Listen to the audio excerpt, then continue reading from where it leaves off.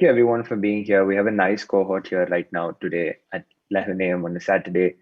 And this is the third workshop of the Talkmasters 2021. And today's workshop is going to be about the psychology of public speaking. And we have here with us Dr. Sandeep Patil, an amazing speaker and a coach. So a couple of things about him. He's the founder of the DNA Confidence, is an expert confidence coach. He has a PhD in mechanical engineering, but his lessons in soft skills and communication are the results of personal experiences that he has learned over like 18 years of his experience, which means we're going to have amazing insights in today's sessions, right? Apart from that, he has also taught thousands of students and executives the specific tools that they require in order to become the leaders of the tomorrow and tried fixing the gaps in the traditional education system the way it exists, right? His unique focus is on building the emotional and mental grit that makes people great speakers and influential leaders. Apart from his institute, he also has he's very famous on YouTube and has an amazing presence here, where he provides several tips to improve stage presence and fluency in the language. Welcome to have you, sir. Thank you, Harish. Am I right? It's Harshit. Harshit. Okay. All right. Thanks for this great introduction. So let us start. But I will be very happy if you keep your videos on, if possible, because in public speaking, the facial expressions of the viewers is very important. So please keep your videos on.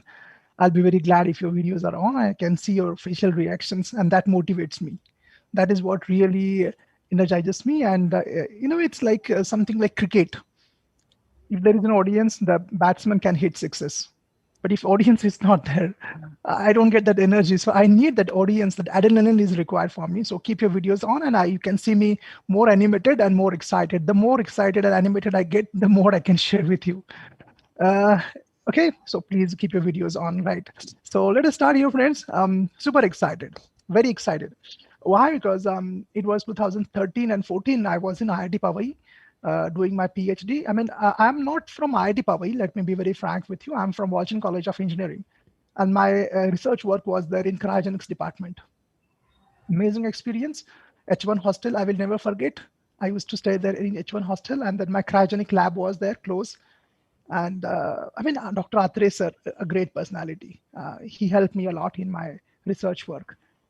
While in the evening, I used to just stroll in the campus, and I would see like Harsha Bogle is going to come to speak there. I would see great celebrities. They were invited there. I think there is one MBA college also. I have Mehta something is there.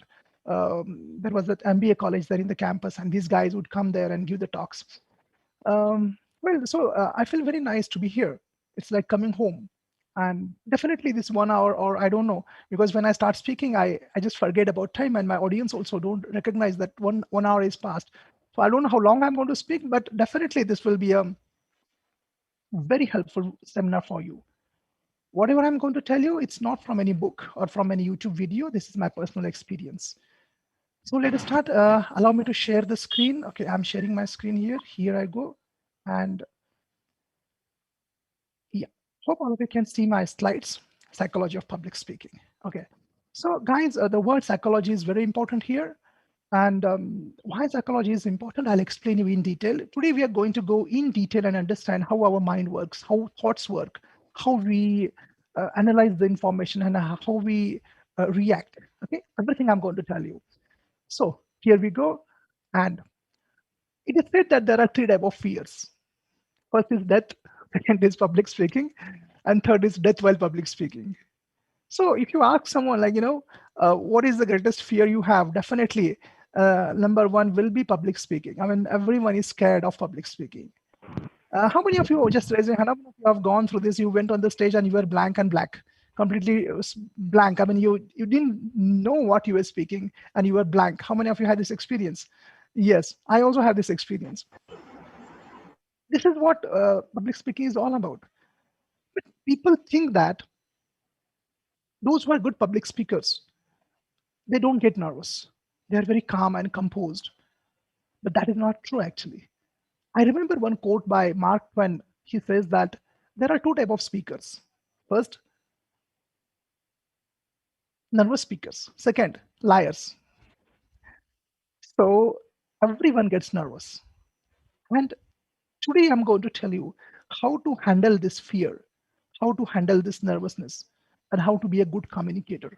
But before that, let us discuss about why public speaking is important, why we should be good public communicators. Today I train students from all over world.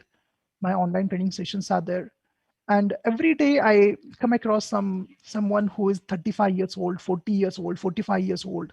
They are leaders actually in their own organizations, and they come to me and ask me that, I'm a leader now.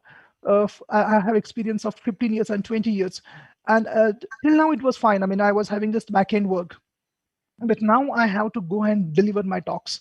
I have to deal with foreign clients. I have to address my team, and we are 300 and 400 and 500. So what to do? And then the problem starts. Friends, I'm so happy that I'm addressing you at this young age. I don't want you to join me at the age of 35 and 40 for working on for improving your communication skills, for working on your public speaking skills.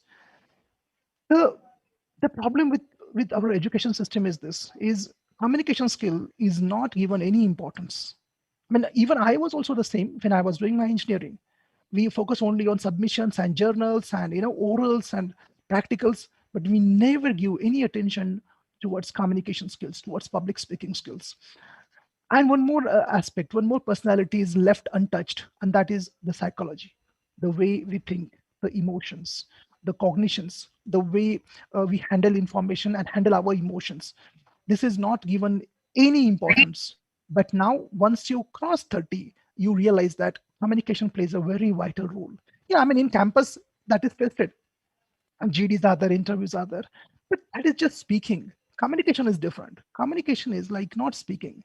See, speaking is just you talk, just you are good in English and you speak. But communication needs polishing. Communication needs, you have to work on that. Communication it's in this way like I can say like scribbling. Scribbling when properly trained becomes painting. Okay, running when properly trained becomes athleticism. Just shouting, when properly trained, becomes singing. Similarly, speaking, when properly trained, becomes communication. Today, communication has, public speaking has become such a vital skill. If you are having only academic skills, only technical skills, you will just survive. But if you want to be a leader, if you want to have an impact, if you want to grow in your organization, if you want to influence hundreds and thousands of people, lakhs of people, public speaking is very vital today. As you can see here, if you want to be a good politician, a good leader, communication is the key. Public speaking is the key. As you know, these people, Harsha Bogle and Sidhu, I just adore them, the way they have developed. You can see their career. I mean, Harsha Bogle, he is MBA from IIM Ahmedabad, and he's such a great orator. He's a good commentator. Why? Because of his communication skills. He's a very good in communication skills. Sidhu, I mean, like he's a minister and he's so successful in on TV and everywhere. Why? The public speaking skills. These people, see, there are many cricketers out there who have played cricket. They are not as successful as Sidhu. Why this is? This guy has one extra quality: public speaking skills. He's very good in communication. You may have seen him in Kapil Sharma show and all. This Asha Bogle, well, he's from academics, but hugely successful. No, there are many people who have passed out from IIM Ahmedabad. All are not as successful and famous as Harsha Bogle. Why? See the public speaking skill he has, the communication skill he has. That has given him that success which he is having today. So, guys, today, public speaking is the key for growth and success in life. And today I'm going to tell you about that. But before moving ahead, let me tell you how we think. Let me analyze our human psyche, how we think and how we work. You can see this triangle here. See, we are divided into three parts. A human is controlled by three aspects. First is thoughts. Thoughts create feelings. Okay, thoughts create feelings. Feelings create behaviors. You can call this is a cognitive triangle. Cognitive means what? The way we think and analyze the information. Let us take an example. Suppose the situation is there, you see a small puppy, a thought comes, what a nice puppy. Okay, the moment the thought comes, feelings will come, happiness will come. Now when you feel happy, behavior will be according to the feelings. You pet the puppy, pet the dog. Now these thoughts, what a nice dog, is influenced by one more factor here, which is not visible here. And the factor is your beliefs about dogs. Now, those beliefs, they are influenced by your past experiences about dogs and about puppies. If your past experience and if you are brought up in that surrounding, you love dogs, you love puppies, and you will definitely have good thought. What a nice dog! Feeling will come. Oh, I'm so happy. It's so cute, Then you will pet them. But if the belief about the dog, about the puppies, oh, they are disgusting, they are dangerous, they carry some disease, another thought will come. The thought is so disgusting. I hate it. Feeling will be negative feeling. Hatred will be there. Behavior will be, as you know, what will be the behavior. You will avoid it. So, guys, this is what we now. Another thing is here behavior. These are you can see these arrows. They are pointing in both the directions. Why? Because feelings also create thoughts. Behavior also they're interacting. Behavior and feelings are interacting. Behavior also creates thoughts. Now, this is a very important factor in depression also. If you see people who are depressed, if you see people who are anxious, who get panic attacks, who who are what we can call somewhat neurotic, these people have problems in all these aspects. Now, let me give you one example how behavior affects your thoughts. Okay, see here, many people think that motivation creates action. Motivation creates action. Motivation means what? It's a thought. It creates action. It is true. But opposite is also true. Thoughts also create, sorry, behavior or actions also create thoughts. Let me give you one example. Suppose you go to gym. Okay, while going to gym, you don't feel like going to gym. It's so boring and monotonous. I don't want. You go there, you warm up, you start taking actions. Then what happens? The moment you start taking actions, you start feeling good. You start feeling. I think all of you have this experience. Once you start feeling good, one thought again comes. Wow, this is nice. So behavior also creates feelings and also creates thoughts. Similarly, for example, one more example I can give you. Suppose you help someone in need. Or for example, you suppose help someone cross the road. Once you do the behavior, a good thought comes about yourself. You feel good about yourself. Another thing is that we have feelings about our thoughts. See here, we have feelings about our thoughts. Suppose you are feeling nervous. All of you listen, huh? Suppose you are feeling nervous. Now we have metacognitions. What are metacognitions? You have feelings about your feelings. You have feelings about your feelings. When you feel nervous, your neocortex part of the brain, this is called as the thinking brain, which I'll explain you, that gives you a trigger, that gives you a signal that, hey, you are nervous. When you get nervous about nervous. I repeat again. When you get nervous, you feel nervous about your nervousness. Now, when you're feeling nervousness, you think about your nervousness, and another emotion will come that is nervousness. So this is all intertwined, interconnected, guys.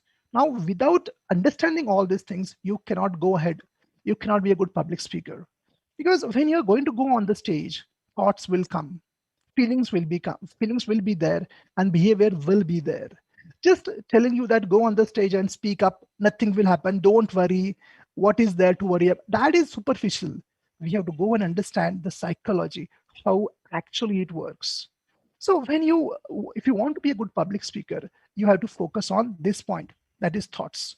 If you can handle these thoughts properly, you will be able to handle your feelings also. Feelings, of course, which feelings come while public speaking? You know that nervousness is there.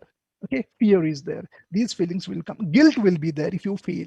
These feelings you should be able to handle. If you can handle the feelings, your behavior, that is your performance in the particular talk will be better. And that is what we are going to work on today, guys. Now, let us see, understand why we have emotions. Friends, like uh, the biggest problem we have is we don't know emotions first. We don't know what are emotions. We don't know why they are here. And we don't know what to do with these emotions, which we every day feel, every day we go through. Most of the time, we are unaware of the emotional roller coaster we are going through. Okay. Now, before that, because when you go on the stage, emotions will be there. When you want to be a public speaker, emotions will be there, and you know which are those emotions. Usually they are not very helpful emotions. Now the key for public speaking is your ability to handle your emotions. You must be able to handle your emotions. You must be able to deal with those emotions. But before that, you should know what are emotions and why these emotions are there in the first place in us. For that, you have to go back to the Stone Age. And as you can see here, in those days, the most important priority for a human was survival, only survival. Now, during those days, human was, one of the weakest animal. Human did not have fangs, did not have claws, did not have wings, did not have good swimming skills, no running skills, no physical strength, no teeth. Human was vulnerable. And during that era, lakhs of years before, wild animals they were there to kill that human. And also, human wanted to kill other animals also for his survival. Now understand one thing. When when this was the situation, there was a problem. And the problem was, let us go here. Let us understand some neuroanatomy of our brain. Let us keep it simple, how it works. So understand one thing. As I said, like millions of years ago, we were constantly under threat. We there was a lot of stress on us, and we were like had to take a quick decision. That is called as fight, flight, or freeze. Flight, fight, or freeze means what? Suppose there is a movement in the bush. Now you have to quickly make a decision. Should I fight, flight? Should I run, or should I stay still? And this decision should have been made quickly. There was no time to think, because if you took 5 minutes and 10 minutes and 15 minutes, you're gone. The animal will kill you. Now what we have to do is, you have to understand why emotions came in us. Emotions are there for survival. Emotions came in us because nature wanted human to take quick actions without much thought process. I'll explain you this. Let us come here. This is a red part. You can see almond shape amygdala. Amygdala part was the gift of nature to man so that he can survive. Why? What was the purpose? Let us come here now. See here. Suppose this is we see something. We see something. Suppose we see a tiger. A signal goes here, thalamus. Okay, this is inside the brain, and then the signal goes to one more part. This is called as neocortex. Okay, here it comes, this part. Then the signal comes here, and one more is amygdala. Means what? This part is called as the rational brain or the thinking brain, or we can call it as the logical brain. But this particular part, which you can see like red in color, this is called as the emotional brain. Now, emotional brain takes quick decisions. Why? Because we have to survive. We have to live. Emotional brain does not think, because during those days we had no time to think. Now, see what happens is, when a signal reaches here, thalamus, one more signal bypasses this route and it directly comes here to amygdala. It's a bypass. Means what? As you can see, the distance here, the distance between thalamus and amygdala is short, but the distance between the thalamus, neocortex, and this amygdala means what? See, understand. If your processing of the signal information goes to this part, we will analyze the information, we will think about it, and then we will also use our emotional part of the brain, and combined we'll combine this part and this part and take a better decision. But it was taking time, because when a tiger is there in front of you, you have to take a quick decision. Therefore this particular shortcut was developed by nature in our brain. Means what? When a signal goes here, quickly it reaches this part, your limbic system gets activated, and it tells your body what to do. Fight. If there was a fight, then our body gets ready for that. How? high blood pressure, high energy, adrenaline will come there, and you're ready for fight. Flight, all the blood flow will go in your legs because you have to run away. Flight. And freeze. Don't do anything. You can't do anything about the situation. Freeze there. Now understand one thing, friends.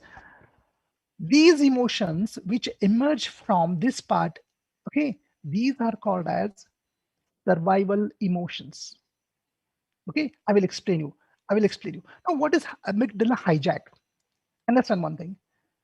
Let us take this public speaking situation. The moment you go on the stage, you get blank. What happens? You get blank means what?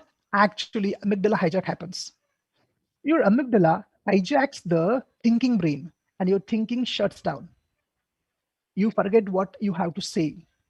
All the study and whatever you have done, I think all of you have these experiences in school or college at least once. All this study, all the preparation which you did for 10, 15 days, 1 month, all is forgotten.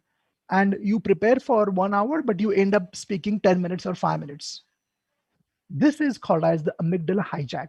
Amygdala hijacks your rational brain and it shuts down and it takes emotional decisions. You get nervous, you panic and sweaty and all sweating starts. So this is what amygdala hijack is. Let us understand emotions, friends. There are two types of emotions: evolutionary emotions and emotions of civilization. Okay, evolutionary emotions, evolution, go back lakhs of years before. Evolutionary emotions and emotions of civilization. Today we are civilized. Today we do not have tigers. We do not have those situations. Today we have tigers, but as you know, like humans have mostly killed all the tigers now. We have just some tigers in Sundarban and all. Actually, we are the threat for the tigers. Tigers are not safe. They should be nervous now. So those days are gone. Technology is there. We can protect ourselves. We are the safest now. Everything. We have police to safeguard us. And usually, I think very rarely, there is a threat for our life. Very rarely. Otherwise, most of the situations around us are not that severe, not that emergency. But what happened is, same amygdala is there in our brain. Is the role of amygdala is to think emotionally also and rationally also. This these this amygdala has these emotions. They're called as evolutionary emotions because understand emotions come to you to help you to survive. They give a message to you. For example, the emotion is anger. Anger is giving a message to you that something is not correct. Fix that. That is anger. Guilt, self. We will not talk about depression, guilt, and anger right now. We are going to work on this emotion, anxiety. What is that? Is what you feel while when you go on the stage, and how to handle this anxiety. We are going to work. And there are another emotions we can call the civilized emotions, which are really necessary now. We don't need to be depressed. We don't need to feel guilty. We need to be have milder emotion, milder form of emotion, regret. Anger is not required. Irritation is required. Anxiety is not required. Concern is required. These are the emotions which we need, but we still have these emotions. They are there. And why these emotions come, I'll tell you. Your amygdala gets cheated. Your amygdala, when you go on the stage, amygdala thinks, whoa, this is life and death situation. Trigger it. Come on, come on, come on. Hey, get up, everyone, get up. Everyone means what? All the organs in the body. Amygdala tells, hey, get up, everyone. There is a fight, flight, or freeze situation. This guy needs our help. Come on, get up. Anxiety is triggered. Anxiety is triggered. But the reality is we don't have tigers sitting in front of us. They are just humans. We are going there to explain ourselves. Amygdala is getting cheated. So we have to tame the amygdala. We have to handle the amygdala. We want EC, which we do not want evolutionary emotions. We want emotions of civilization. And how these emotions we can develop, or how we can reduce the anxiety. And we should have concern. All of you understand, we should have concern. See, don't get into words. What I say is, we need nervousness. It's very important. It is needed because when nervousness is there, you will prepare. You know, When fear is there, you will not go anywhere and jump from anywhere. Fear is required for survival, but we should have that in the right way, in the appropriate quantity. And that is what we are going to see. Hope all of you are feeling good and enjoying. All of you just raise your hands if you're feeling good. One hand. Just raise one hand if you're feeling good. Yeah, very nice. Thank you. You are there. Okay, let us move forward. And now, beliefs. We do not choose our beliefs, but our beliefs choose us. What I want to say is this: I can talk about beliefs hours and hours and hours, which I will not do. But I'll tell you one important thing. Beliefs are certain assumptions which we think they are true. And we believe in our beliefs. We think that what we believe is a fact. But in the reality, beliefs are not facts. Beliefs are just some mental events, mental, we can say chemical reactions which happen in our brain. It has nothing to do with the reality. Guys, what I want to say is this: most of us have grown up just taking the beliefs, acquiring the beliefs without actually testing the belief. We do not validate whether whatever you believe is right or wrong. And same thing holds true for public speaking also, guys. We have certain wrong beliefs, irrational beliefs, unrealistic beliefs about public speaking. And now we are going to see, as I said, like, if you remember the triangle which I showed you, hope you remember the triangle thoughts. At the top, thoughts were there. Thoughts are the result of your beliefs. And beliefs are not chosen carefully. Beliefs are not based on reality. Beliefs are, therefore, if beliefs are faulty, thoughts will be faulty. I mean, thoughts will be irrational. Thoughts will not be based on reality. You can think anything. I always tell my students that don't trust all your thoughts. Don't trust all your thoughts, because your thoughts are not realities. Every thought is not a fact. It is just an, it's like, clouds are there in the sky. Clouds are like, thoughts are like clouds. Do not take, just look at the clouds and they will pass. Don't take every thought seriously or like true. That is what we're going to work. And now I'm going to tell you very important thing, all of you. This is a very important point: distorted beliefs about public speaking. Distorted beliefs. And now you will understand these are some new words for you. I'll explain you what is these words are. First is perfection. Perfection. Now, what is perfection? Actually, if you go and see perfection, these people who seek perfection, in psychological terms, they're also called as OCD, obsessive compulsive disorder. These people seek perfection. They want perfection in everything. In fact, they are so much obsessed with their perfection that they, even if a pen is there, they will keep it properly. They will park their bike properly. They will go and check the lock 10 times whether it is locked. Car, they will lock the car, unlock the car 3 4 times, again check it whether it is properly locked or not. Perfection is there. Now you will say that's then it's good. Well, understand one thing: it is not good. Why it's not good? Because there is no perfection. Let us talk about public speaking. Let us apply this perfection attitude belief which is fit in our head. When I go on the stage, I must give a perfect talk. That is the belief we have. And if I don't give, if I make a mistake while starting my talk, if I fumble in between, if I make some grammatical mistakes, if I address someone in a wrong way, if I forget, oh my God, it is so bad. And then you come to point number 5. The point number 5 is you catastrophize. You say, oh my God, it is so horrible. It is terrible. I made a mistake. I'm lousy person. I'm worst speaker. I don't deserve to be on the stage. I will never hold the mic again. Perfection is a disease. Excellence is healthy. Listen carefully. Perfection is a disease. Yeah, it's a disease actually. It's a mental disease.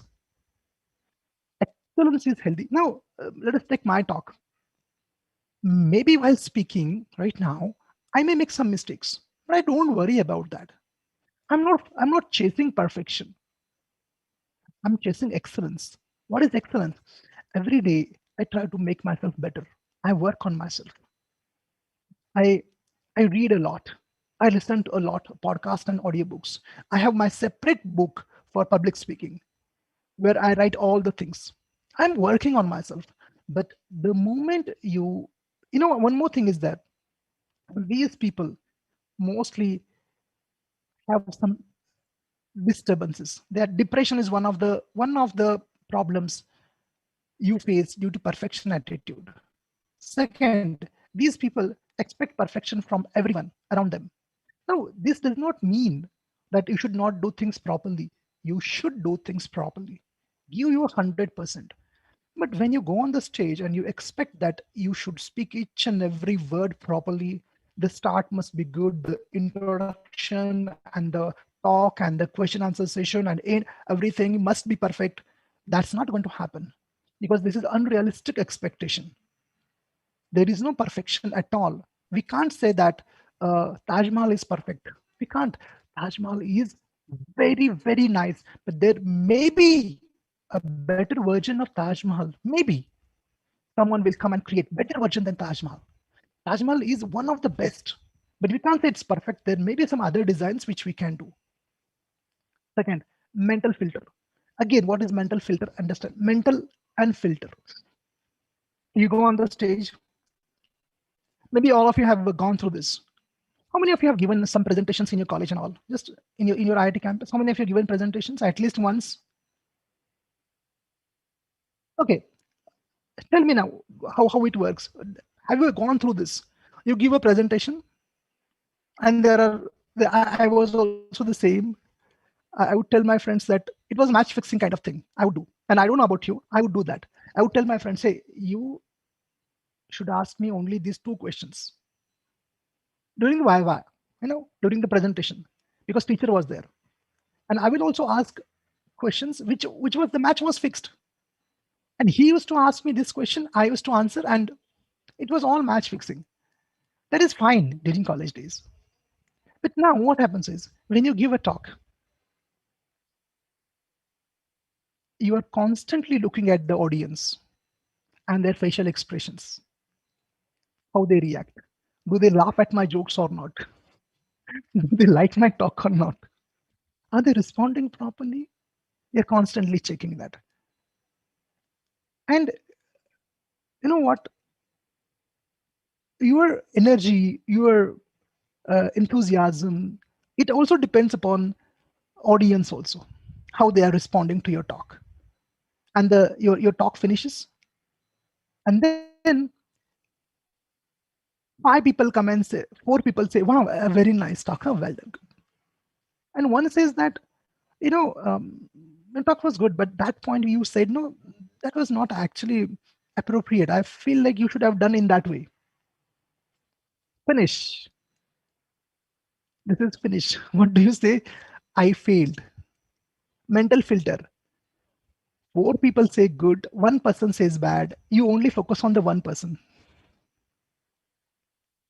Even it may happen that out of six people, three people say good, three people say bad. You only focus on those three people. Even it may happen out of six, five people say you are bad, one person says good. You only focus on five, and you make yourself miserable.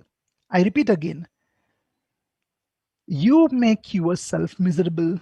You make yourself sad. You make not the audience. You, in the sense, your thoughts, nothing else. And your thoughts are the results of these faulty beliefs. If out of six, three people say it was not good, but three have said it is good, it means, yeah, you are 50% good. And we don't know what these three people have said. Is it right or wrong? But this is the mental filter we do. Mind reading. Now, what happens is when you go on the stage, there are some people who always are serious. They will not respond to your jokes. They will not respond at all. They are just staring at you like this. And you read the mind and you think that this guy is not interested in my talk. I think I'm not doing good. You read his mind. But let me tell you one thing. We can't read mind. We are not telepaths. We can't read minds. We don't know. Actually, maybe that person is having a poker face. We don't know about that. Maybe he's having this kind of attitude. He will just stare. He may be enjoying that, but he may be staring at you. We make this error. We make this error and we conclude that this guy is not enjoying my talk, mind reading. But the reality we don't know actually. Another emotional reasoning. Now, what happens in this kind of distorted thinking is, as I said, we think about our emotions. I hope you remember the triangle. We think about our emotions. As I said, if you get nervous, you have the ability, only humans have the ability, okay? That is called as metacognitions. Only humans have the ability to think about their feelings. What happens is, I can give you an example. When you are boarding an airplane, you feel nervous, the emotion. And when these emotions come in you, you think about your nervousness and you conclude that as I'm feeling nervous, therefore, traveling in a plane is dangerous. This is all the back end work. That is what is happening in your mind. We don't know that this is happening. What is emotional reasoning? When you go on the stage, when you feel nervous, you take your nervousness very seriously. Means what? You think that this nervousness is there, therefore, the situation in front of me is dangerous. Which emotion? Evolutionary emotion. Evolutionary emotion. We think about that emotion and we believe our emotions. But as I said, amygdala is cheating you. We don't realize that. The emotion which has been triggered in your brain, that was for survival. But when you go on the stage, you don't die. Yeah, you will get nervous, but you don't die. You don't need that emotion of anxiety. You need emotion of concern. Another thing is catastrophizing. Suppose you went on the stage and you bombed. How many of you have gone through this? You went on the stage and it was a pathetic performance. How many of you have gone through this? Okay. I have gone through many times. And that's the reason why today I can coach you for public speaking. I have gone through this many times. I will tell you at the end. I'll tell you about that. Catastrophization is another mental error, thinking error, which we do, and we do this in everyday situations. But let us apply this in public speaking. The moment you do any mistake while public speaking, you catastrophize that event and make it larger than actually it is. You say to yourself that, oh my God, I made a mistake. Now my HOD will be angry on me. People will laugh at me. They will think I'm stupid, I'm idiot, my career is gone, and I will die. Even when people lose a job, they catastrophize it. I lost my job, I will not get a job, my future is gone, and I will be destitute. You can think about, are you doing this catastrophization in everyday situations? Most of the people do. So, guys, these are some of the distorted beliefs which we have to really work on. I will go forward and I'll explain you the next point. That is beliefs of a confident speaker. Okay, what these people think and believe. First thing is they believe that speakers are not born. Many people, many students, they say that, sir, I think this is, if your dad and mom is a very good public speaker, you can. No, it's not like that. It's a skill which can be developed. Anyone can be a good public speaker. And the best example is me, no one else. I'm telling you guys, I will tell you at the end what kind of person I was. Speakers are not born. Take Winston Churchill, take Dr. Martin Luther King, take Barack Obama, take all the great public orators. See their background. Go and study how they developed themselves. They were so scared to go on the stage. So scared, but they worked on themselves and they become amazing public speakers. When they would speak, a crowd of thousands and lakhs would go silent, pin drop silent. That kind of influence they had, but they worked on that. Second point, mistakes are good. Let me tell you one thing. When you are speaking, mistakes are these are the beliefs of confident speakers.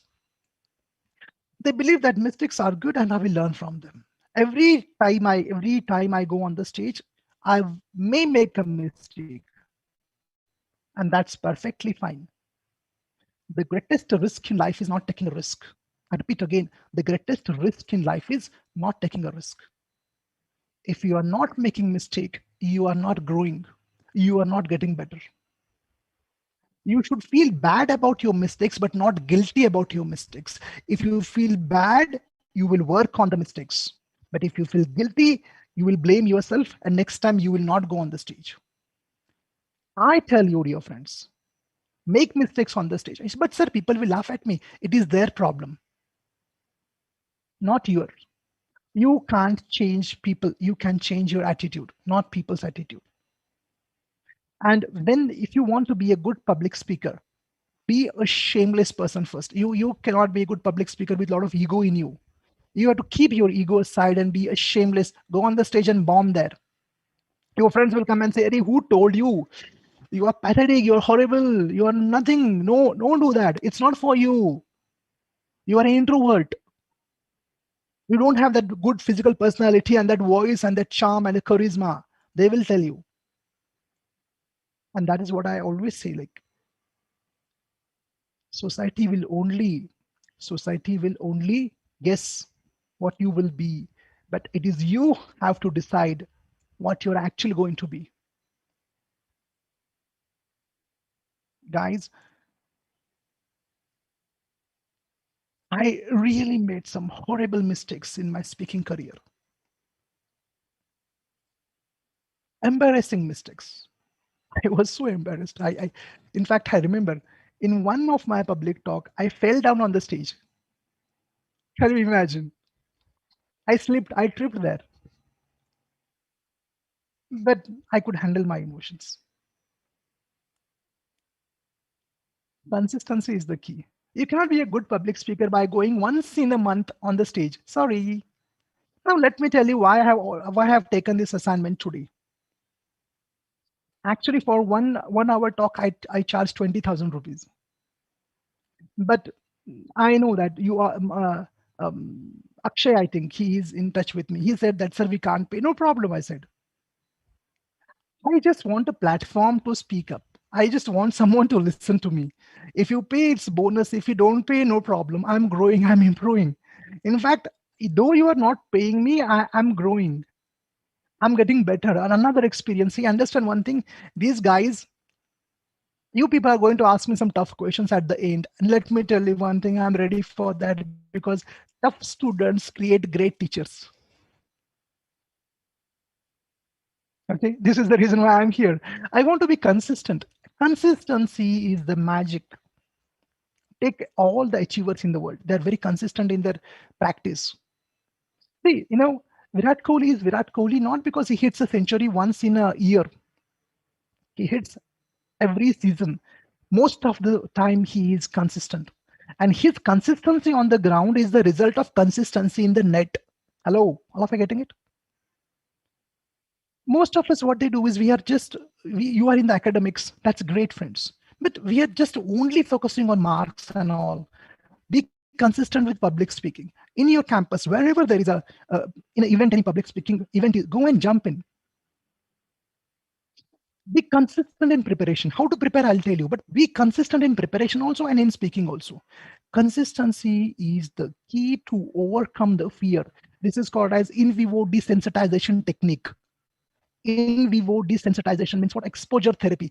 The more you face the crowd, the calmer the amygdala. I repeat again, the more you face the crowd, the more you go on the stage, your amygdala does not take public speaking as a threat, life or death situation. Your amygdala thinks that, oh, okay, this is happening regularly, so this is not a life and death situation. So amygdala tells your whole body that, calm down, guys, calm down, nothing to worry. It's a public speaking talk. This guy wants to do it, so no need to panic. Your That nervousness will come down when you are consistent in giving talks. Next point. Nervousness and fear is the part of the game. It do not, many people come and say that, sir, I get nervous. I say to them, tell me why you should not get nervous. Tell me. My question is why you should not get nervous. It's a emotion. Emotions are there to give a message. Okay, first accept those emotions. Yeah, I'm feeling, and you should be able. Another thing is you should understand your emotions. When you go on the stage, you should be able to read your emotions, and emotions you can read through body sensations. Your body responds in a particular way to different emotions. You are nervous, your body will respond. Sweating may be there, shivering, heart palpitation may be there. These things will happen. You should be able to read them. Oh, I'm feeling nervous. Okay, no problem. My amygdala is naughty. It is playing some tricks. It's okay. Tell amygdala, it's okay. You are making me nervous. It's okay. No problem. Once you accept the nervousness, there will not be secondary trigger. Secondary means what? As I said, metacognition will not be there because now you have accepted your emotion. Yeah, I'm nervous. That's fine. Now, what to do?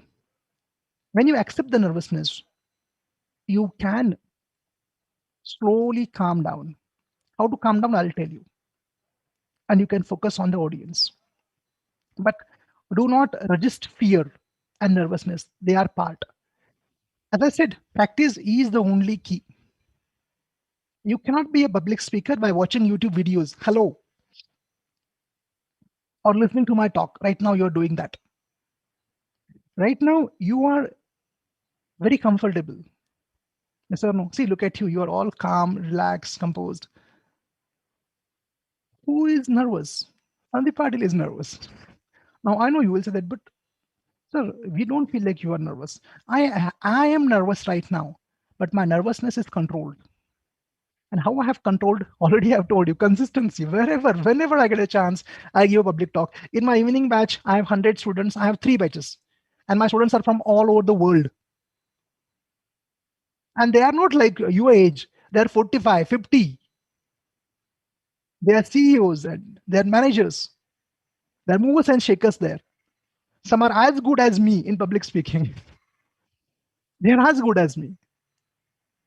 But when I go there, when I speak with them,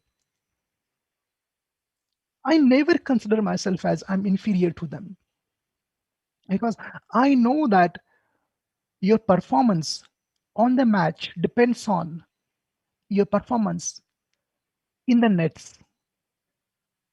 And I do a lot. I work a lot. I practice a lot. There is no way, no other way. Only practice is the way. Start with your roommate. Start with your clubs. Start in GD.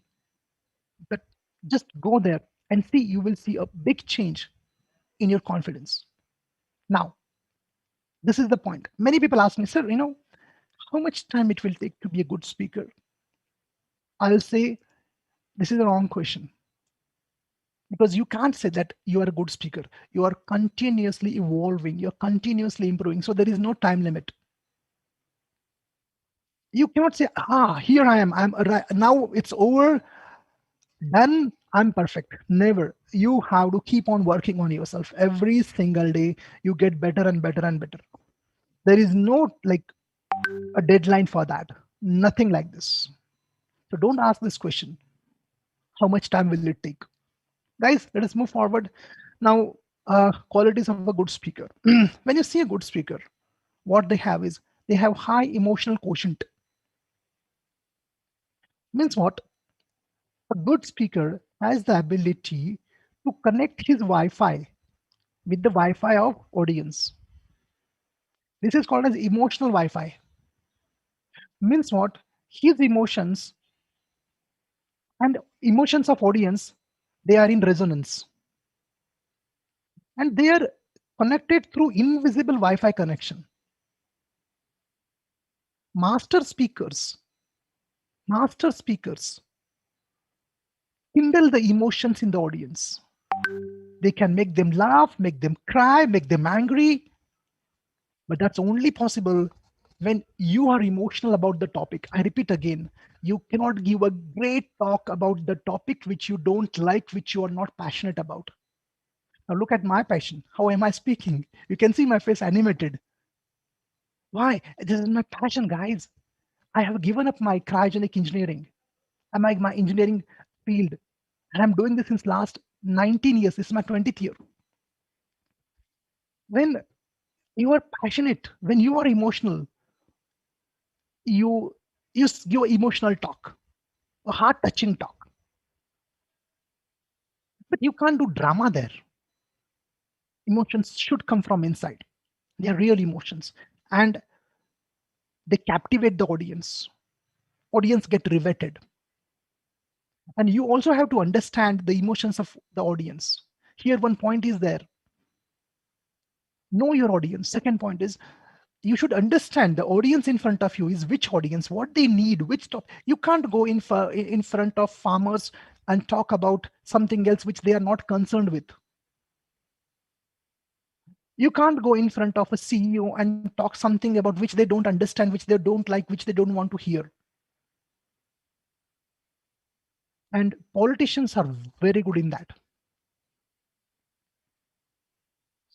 They are so so much intelligent that they know that wherever, suppose in the in the morning they have meeting with IAS officers, they will address them as they should. But when they go and address a rally where farmers are there, they will address accordingly. You should know the audience with whom you're talking to. Effective body language is the result of your emotions again. You cannot say that, oh, now I want to have a proper body language and I will stand like this, sit like this. It's not like that. When you're emotionally charged, as I said, do you remember the triangle? Feelings, behavior. When you are emotionally charged, your body language, your eye contact, all will be appropriate. It will follow. Body language will follow. When emotions follow, body will follow. Intonations and pitch of voice, very important it is. Intonations and pitch of voice. I hope all of you can hear me. Just nod your head. If you can hear me, nod your head. Yeah, that's all. My video is frozen. Hope all of you can hear me. Okay. Just a minute. I will plug out my camera and again plug in and again start my camera. Just a minute.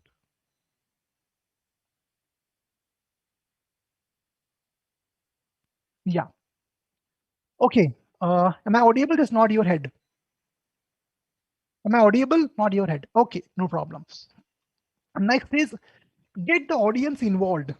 Here, how many of you have teachers or any teacher who only speaks one way and doesn't allow you to get involved?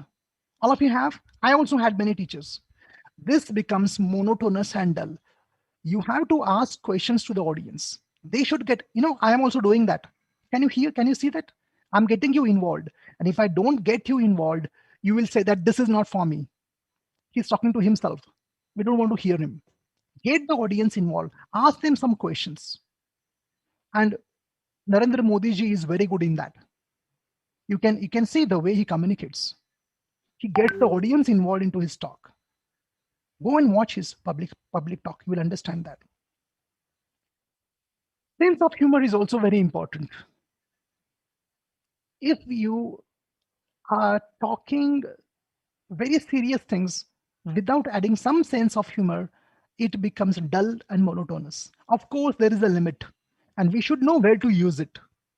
If there is a serious issue going on, no way of no point of having this sense of humor. Again, CS is there, common sense. Common sense is very uncommon because it is not there. Mastery in language. This is the last point I'm telling you. Mastery in language. But this is the last point. These are important points. Language, oh, English, yeah, fine, it's good. But you don't need all the words in the world. Shashi Tharoor vocabulary not required. Normal English, fine. The problem in India is we are focusing on the grammar and the perfection and the pronunciation instead of focusing on the message. And this is the reason why many people tell me that, sir, I'm good in public speaking, but in Hindi, not in English. Why this is? We want to speak perfect English. Because in school, we have been told by our teachers that don't do silly grammar mistake. If you do a mistake, grammar mistake, you are silly. And who wants to be silly? No one. That's the problem. Now let us come to the next point and then I'll take your questions. Action plan. My talk will be useless if there is no action. And guys, understand one thing. Whatever I have told you is the result of my study and my research. One more question many people ask me that, why you have chosen this field. Friends, there are 2 days which are important in our life. First is when you are born. Second is when you come to know why you're born. Okay. And that second day was important for me. I came to know why I'm born for. And I will tell you why. There are some points which I'll tell at the end. Observe great speakers, but don't copy them. Observe them. Be a good observer, how they speak. Go for rallies. Now it's not possible, but observe how they speak. Don't copy them. Keep a public speaking journal. Now, public speaking journal, what it should have? It should have all the information, like good quotes, idioms must be there properly, better vocabulary must be there, some stories must be there, because in your public talk, stories is a part of that. You should be able to tell a story. All the information you are going to forget if you think like, oh, I'm having very good memory. No, keep a journal, public speaking journal, and all this information must be revised regularly. I will tell the point. What I want to say is it must be revised regularly. Actively participate in different groups and events.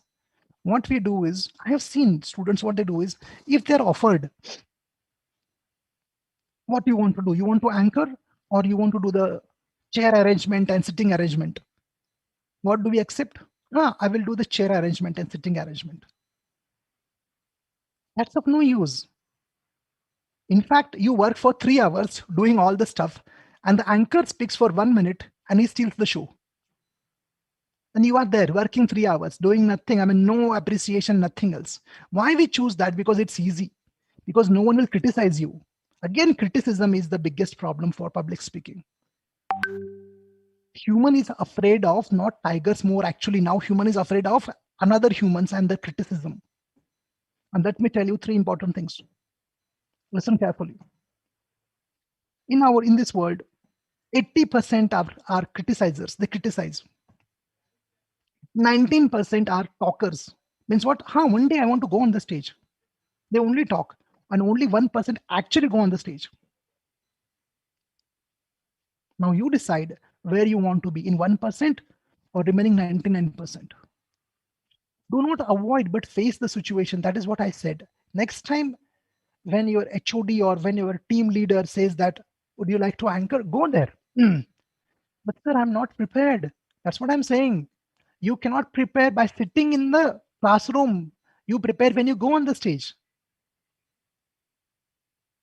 See here, you said that, no, sir, one day, I will be perfect and then I will go on the stage. You will never be. You get better when you go on the stage. Every day you get better. Now, what is this? Before the D-Day, 1 month and all. See here, what happens? Suppose someone tells you that after 10 days, you have to give a public talk. What happens? Oh my God. See, it's like butterflies in your stomach. Every day you are thinking about that talk, how it will go, how can I speak? I will make a mistake. And girls, especially boys, think girls will laugh at me and I'm finished now. 1 week goes, 1 day before you can't sleep also. You have done a lot of practice and practice and practice. And now 1 hour before you are so nervous. Oh my God. And 1 minute before the nervousness is highest, you go on the stage, highest nervousness. You start speaking and you experience the highest nervousness of your life, but only for 3 to 4 minutes. And after that, the amygdala calms down because the amygdala realizes that this is not a life and death situation. Calm down. You calm down. You end your talk. And at the end, when you come down, you are very happy. Dear friends, when you complete your public talk, don't ask anyone, how was your talk? Tell yourself, I went on the stage, that is my achievement. Don't need approval of anyone. Don't be a perpetual beggar for approval. No need of anyone's approval. First of all, I went on the stage. That's fine. If they approve me, it's a bonus. I'm so happy. Thank you. Thank you, all of you. And when you go on the stage, accept the nervousness and then follow the, I told you about nervousness, how to accept it. Accept, okay, I will be nervous. Don't say I don't want to be nervous. I will be nervous. Okay, I'm feeling nervous. Okay, no problem. Still, I will go on the stage. Yesterday, I was reading book of Michael Phillip. All of you know this guy. And he says that average people don't do when they don't feel like doing it. Average people don't do when they don't feel like doing it. Achievers do it when they don't feel like doing it. They do it even when they don't feel like. What I want to say is, even you don't feel like going on the stage, go on the stage. Because your emotions are telling you, they're giving you a wrong message. They're giving you a wrong message. Don't listen to those emotions. Your growth is on the stage. Your growth is on the stage. No matter how much work you do, but if you aren't able to present in front of public, you will get only bread. See, I always say education will give you bread, public speaking will give you butter. What do you want? Both we want, bread and butter. We want education, academics also, and public speaking also. 2 minute rule is there. Very interesting rule is there. 2 minute rule. When you go on the stage, you will be nervous for 2 minutes, and you can't speak. You forget what to do. You don't speak. Make the audience speak. How? Ask them questions. Ask them, what do you think about this? Hello, raise your hand and tell me. Audience will keep on thinking. Some will raise the hand, and you will get that 2 minutes of space where you can calm down. This works, really works. Now, at the end, I'll tell you my story. I never participated in any event in my entire academic life. I passed out my BE in 1998. I think most of you were not born also. I never went on the stage. In my school, I never went on the stage. No GDs, no public speaking, nothing, nothing, nothing. I was a person who was low in confidence. I was not good in communication. I was shy. I was introvert. If you think that, sir, I'm not a good communicator, I never participated, this is the lesson for you. My final year presentation, I remember in my engineering days. My guide was there, project guide. He said that, Sandeep, you will get 15 minutes to give your presentation. As you know, like I was frozen due to fear. I went on the stage and I finished my presentation in 2 minutes. And my guide was looking at me. He said, huh, still 13 minutes are there. And I had nothing to say. It was a horrible experience. And I got 11 marks out of 25. But my highest crowd was 2000. And on that day, I was actually depressed due to my family problems. And still I went on the stage. And on that day, I signed 52 autographs after my talk was over. One more special day was there. I told you that I bombed in my B. After 12 years, I trained the same teachers for communication skills. I was invited as a guest speaker in my own college to train the teachers. That was my special day. And last point, for example, for this particular talk, you invited me.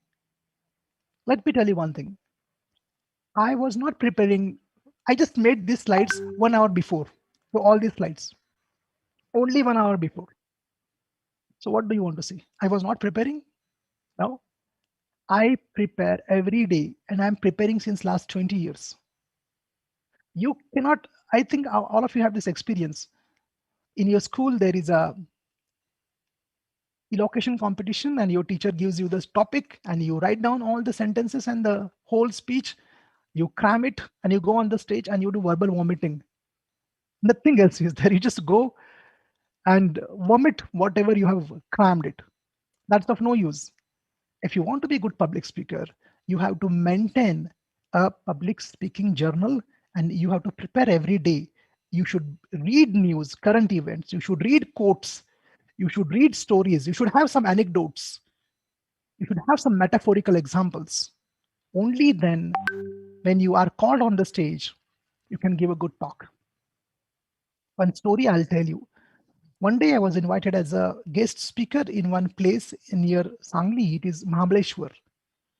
And I was the guest speaker. So my family members said, we also want to come because it's a hill station. I said, okay, come. And I was just in my car listening to the podcast and audiobooks. Just 10 minutes before reaching the place, I took out my notepad and wrote down 4 or 5 points what I have to speak. And my wife asked me that, you haven't prepared? I said to my wife that I'm prepared and I'm preparing since last 16 years. Now I'm deciding what I'm going to speak. That's all. So that my talk must be to the point. You have to always prepare. Guys, if you want to have an impact on the world, on the society, on this great nation, on your employees, on your friends, public speaking is the key for that.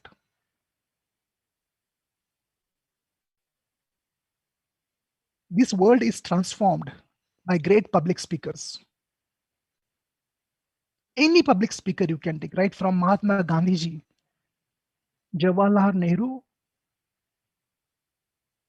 Mother Teresa, Nelson Mandela, to Narendra Modi ji, any person. If you want to be great and impact the world, public speaking is the key for that. And when great news is there, anyone can become a good public speaker. You don't need any past experience. You don't need to have the lucky genes in you. So guys, this is from my side. I hope I have not bored you much. Let us come back here and some questions now. So Harshit, if they have some questions, then they can ask. Yeah, I think you can just like raise your hands, and then Manoj has raised their hand. They can unmute, ask questions, and then we can work through it like that. Does that work? Yes. Yeah. Hi. Manoj, Hi. Hello, sir. oh wait, Manoj, are you in home? I think. Okay, go ahead. Yeah. Actually, I'm in hostel, so I'm Okay, no talking from problem. there. Hostel H1, Yeah. H2, which one? It's hostel 14. Okay, go I'm there. also Yeah, a go. PhD student here. Oh, I'm really? also a Which one? PhD student. I'm in energy science, Oh, great. energy Okay, science go and ahead. engineering. Yes. That's I think related to mechanical. Yes. So thanks. It's a lovely talk and really great things you have told, and a lot of stories as well. So my question is, whenever we go to any stage, or whenever we go to talk to any unknown person or public speaking, so there is a moment like whenever you go to the stage, before that, like 2 minutes before that, our mind goes really fast, and it makes the scenarios like you become a Doctor Strange for just 2 minutes, and you see all the possible outcomes, like where you're gonna fail, right? And so I think we can say that we do too much analysis, and then we get paralysis, Yes, and paralysis. then we don't do anything, and then we decide like I'm not going to do this.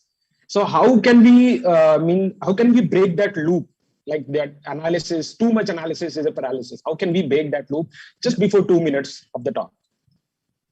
Okay. See here, as I said before, 2 minutes, you can take an example. If you see this kind of sport, which is called as paragliding, They jump from a plane actually. Yes. As you may have seen this guy, for example, mm, Bear Grylls is there, and many such people are there. Mhm. What Yes. happens is the stress level is checked. When they board the plane, stress starts building up. Why? When the plane takes off, the stress also takes off. The plane reaches the altitude of 1,000, more stress, 10,000 feet. Now they have to jump. Before jumping, highest stress is there because it is all checked. Analysis is done. Before jumping, highest stress is there. The moment they jump, stress also starts falling down. It comes down, and when they reach the ground, stress is replaced by happiness, ecstasy. Yeah. And you have seen this, these people jumping and shouting, I done that. Now, even when trainers go there, the trainers who have done thousands of jumps there, they also get nervous, but the nervousness is controlled. How it is controlled? Answer is very simple. There is no medicine for this. Let me tell you one thing. No medicine. There is no mantra and there is no shortcut. Only one thing is there. Face it. This is called as the exposure technique. Exposure means what? Simple it is. Start from small crowd. Small. 5 people. Then 10 people. Then 50 people. And once you start step by, if you directly go in front of 500 people, and if you aren't able to perform properly, you may develop phobia. It's called as public speaking phobia. Most of the people, I know many people, they have resigned from their post because they have to give a public talk. I know one HOD. He told me that, sir, because of this, I was a HOD and I had to go there on the stage and speak every week. I said, I don't want this. I will get diabetes and blood pressure. So he stopped. That was the mistake. What is the solution? First thing is, I'll tell you, mindfulness meditation is very helpful here. Mindfulness meditation. What is mindfulness meditation?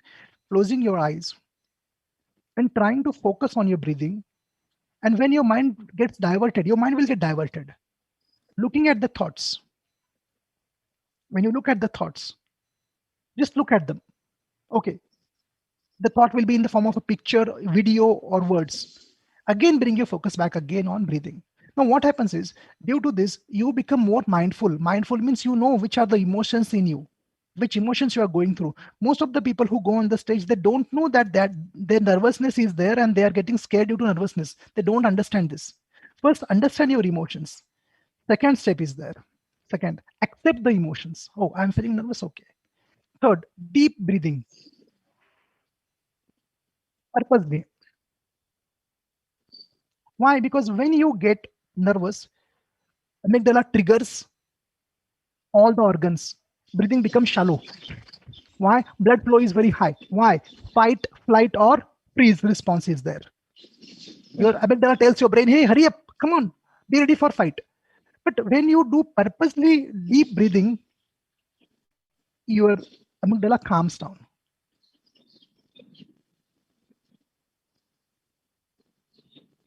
And then, second step I told you, you don't start speaking. You just say, good evening, friends, and ask question to the audience. If you are giving a talk in front of your teachers, you can't ask questions to your teachers. I know that. Yes. I know that. But in this case, once you slowly start speaking, slowly start going in front of the crowd, you will realize that this will come down. But people, they want another solution. What they want is, sir, first of all, I should be calm. Then I will go. Mm. It is like they put cart before the horse.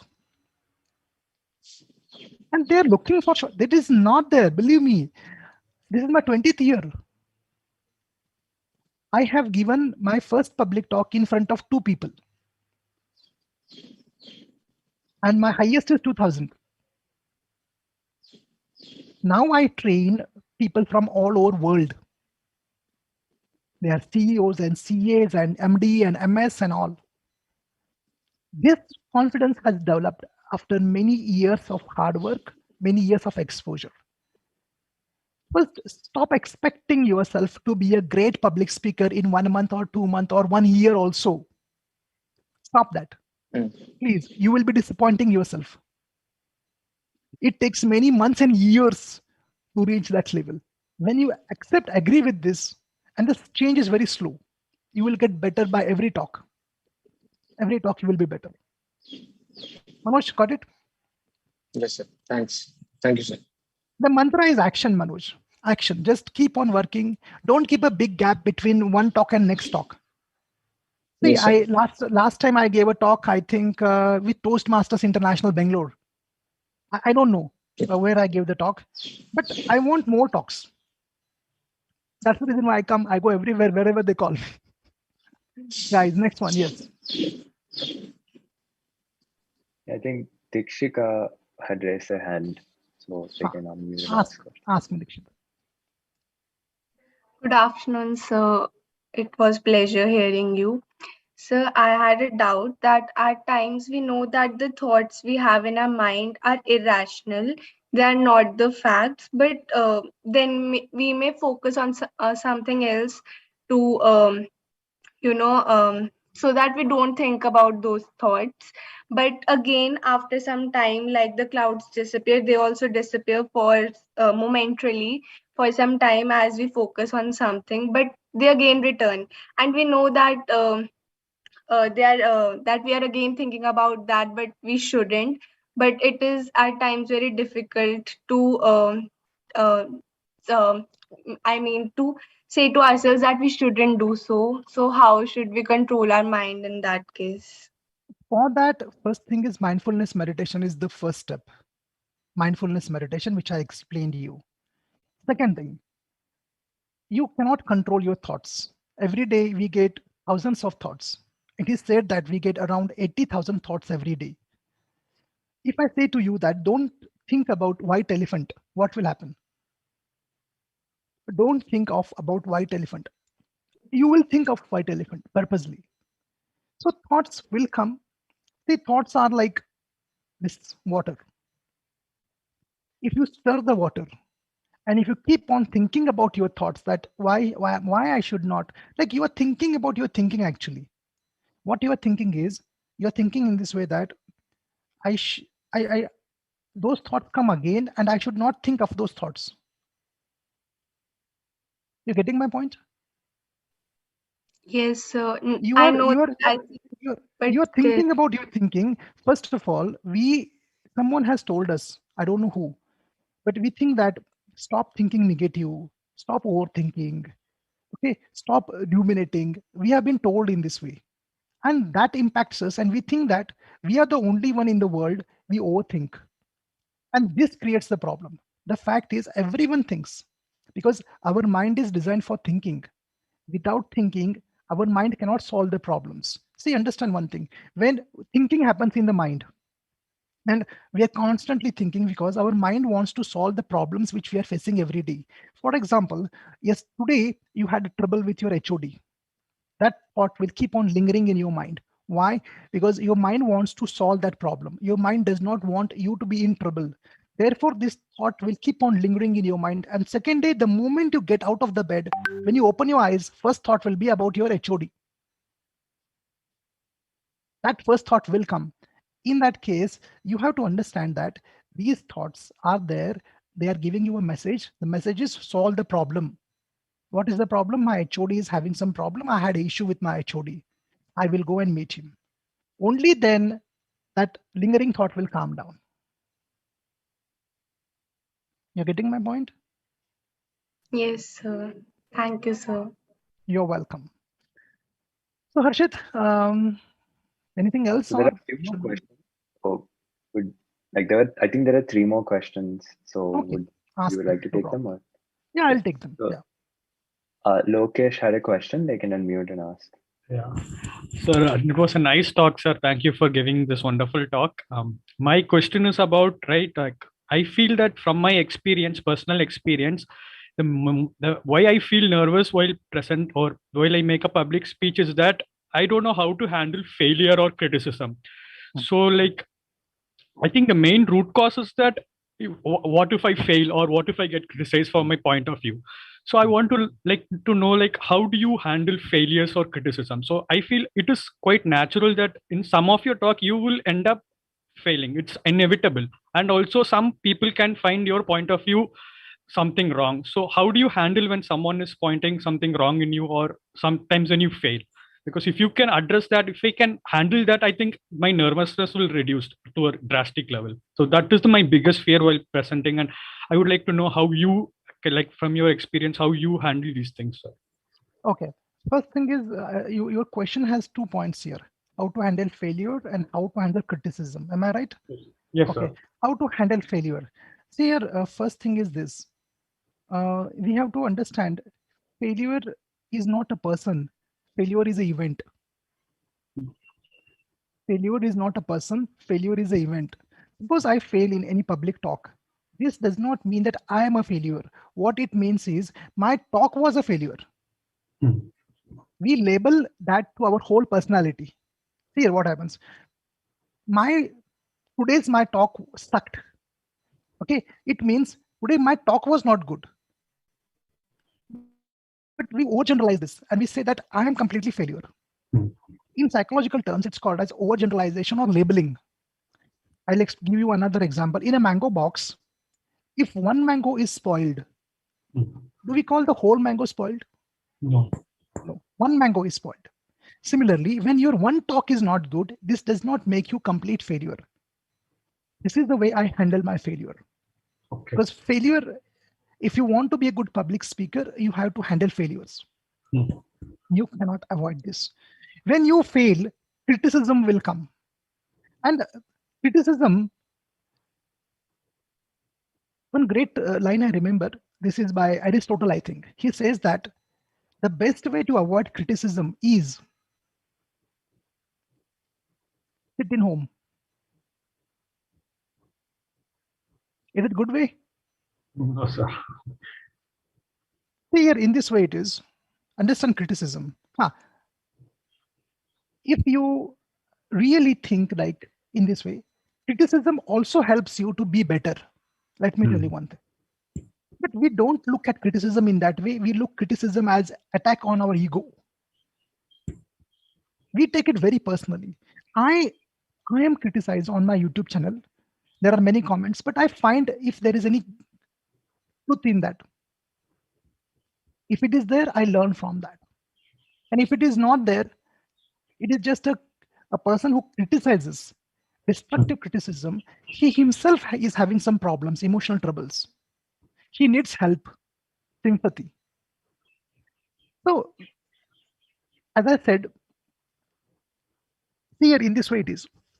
You want more income? Income tax will come. Okay. If you want more income tax will come. You want to be a public speaker, criticism will come.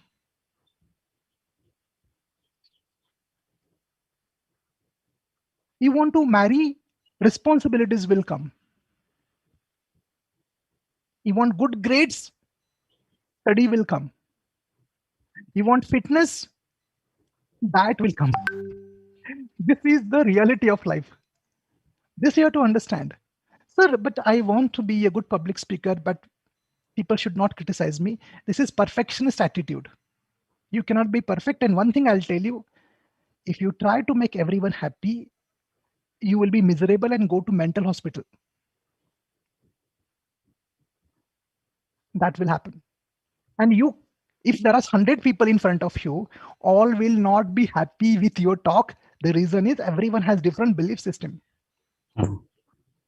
You have to accept. Even you don't like some speakers.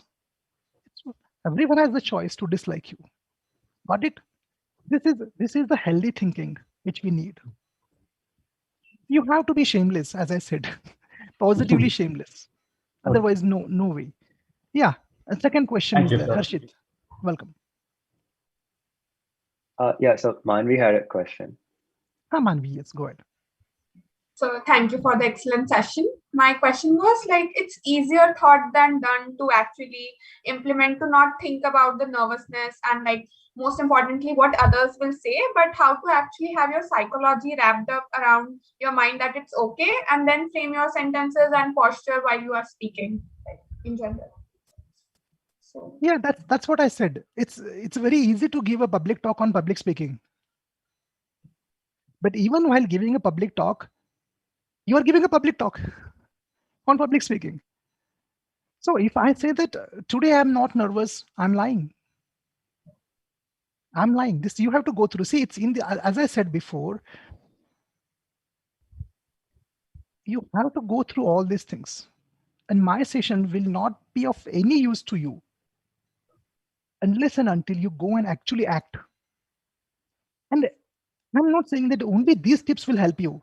You have to develop your own techniques to handle yourself. Not only my, you also have to develop your own techniques.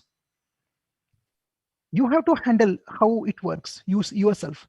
My techniques are overall, if they are good. But if your way of handling nervousness on the stage is different, go ahead with that. Some will say that, sir, I will count 1 to 10. Go ahead. Some say that, first of all, I will greet and I will do deep breathing. Go ahead. Some say that I will go step by step. I will go in front of 5, then 10, then 100. Go ahead. There is no one size fits all rule here. This is a public speaking, and everyone is different. Got my point? Yeah. Yeah, and the last question for the day, Pranava, you can go ahead, I guess. Hello, sir. I really enjoy listening to you. I realized that. I was watching you. So my question is, compared to public speaking about a particular topic or something academic, I don't find that difficult. What I find more challenging is when I have to make informal conversation with people, breaking the ice, and especially with people I don't know too well. So do you have any suggestions on how I can work on that? See, this happens due to there are many reasons. Maybe you think like, am I making sense what I speak? Will people take me seriously? Or it may be like, I don't know what to say. This is the main problem people have. I don't know what to say. Yeah. So in these situations, again, the method is same. Don't avoid such people. Next time when you find someone like you don't know, go and start the conversation. Now this is again very interesting. As I said, this is called as in vivo, or it's also called as shame attacking exercise. Shame attacking means what? See here, there was one. I'll tell you one story about this. There was one psychologist, Albert Ellis, and he had this fear. What was the fear? The fear of getting rejected by ladies. He did one experiment. He decided to go in botanical garden, which is there in New York. And he decided that every day for the next 7 to 8 days, I will go there in the garden and try to break the conversation. Try to break up and start breaking the ice and speak up. He went first day, second day, third day. And after 8 days, he got the data. He met 120 ladies. Out of that, 118 rejected him.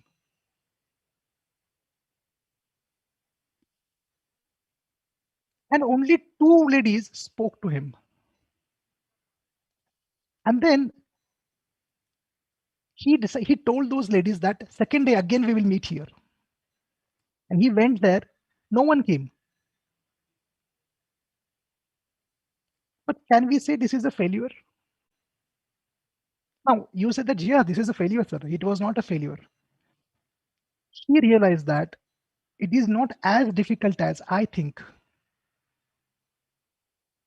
Though some of them rejected me, but it is not as difficult as I think. This is called as shame attacking exercise. These things, whatever problems you are having, these things do not have any theoretical answer.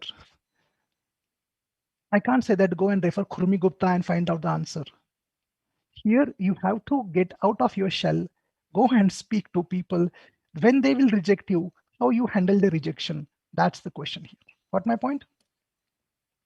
And Yes, sir. most of us have this problem. Most of us, boys and girls, both of you have problem.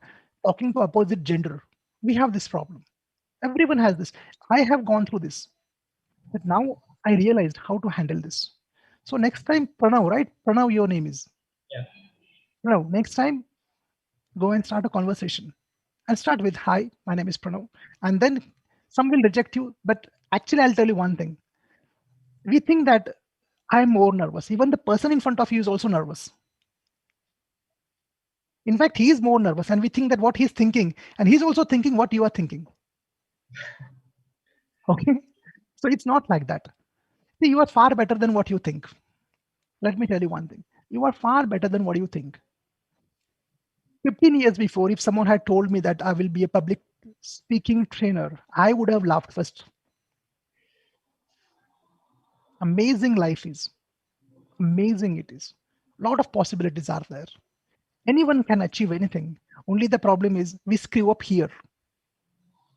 We screw up here. Just fix this. And unlimited possibilities are there.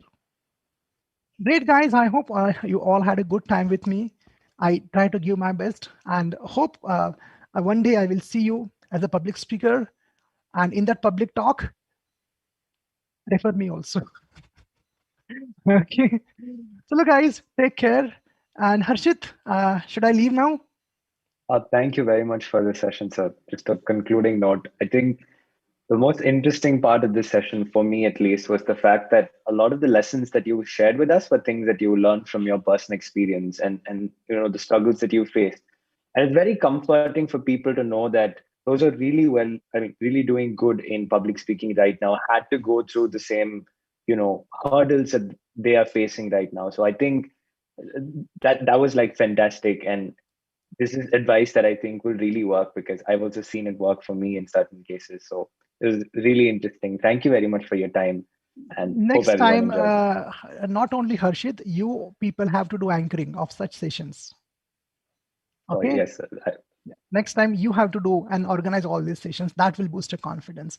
If possible, give my regards to Dr. Atresar, whether he is there or not, I don't know. Please give him my regards. Thank you, friends. Bye-bye, all of you. Thank you, Thank you. sir. Namaste. Namaste. Thank you.